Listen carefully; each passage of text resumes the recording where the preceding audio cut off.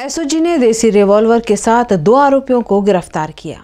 SOG की team ने पूर्व सूचना के आधार पर अटलादरा स्वामीनारायण मंदिर निकट से 2 आरोपियों को गिरफ्तार किया। फतेहपुरा के मितेश परमार एवं नागरवाड़ा के कृष्णा राजपूत नामक 2 आरोपियों के पास से बंदूक एवं बाइक मिलाकर 36,000 रुपयों का मुद्दामाल बरामद किया गया है। एएसआई युवराजसिंह जारानाओने बातमी मળી કે બે ઈસમો એક મોટરસાઇકલ ઉપર પસાર થઈ રહ્યા છે, જેની મોટરસાઇકલનો નંબર GJ6BJ 3895 છે અને તેઓ પાસે હમણાં એક હથિયાર છે।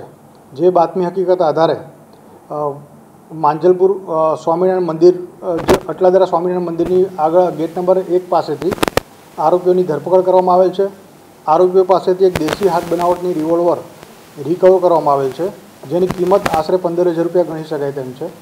તે સિવાય આરોપીનું મોટરસાઇકલ પણ કબજે લેવામાં આવેલ છે અને વધુ તપાસ તજવીજ જારી છે।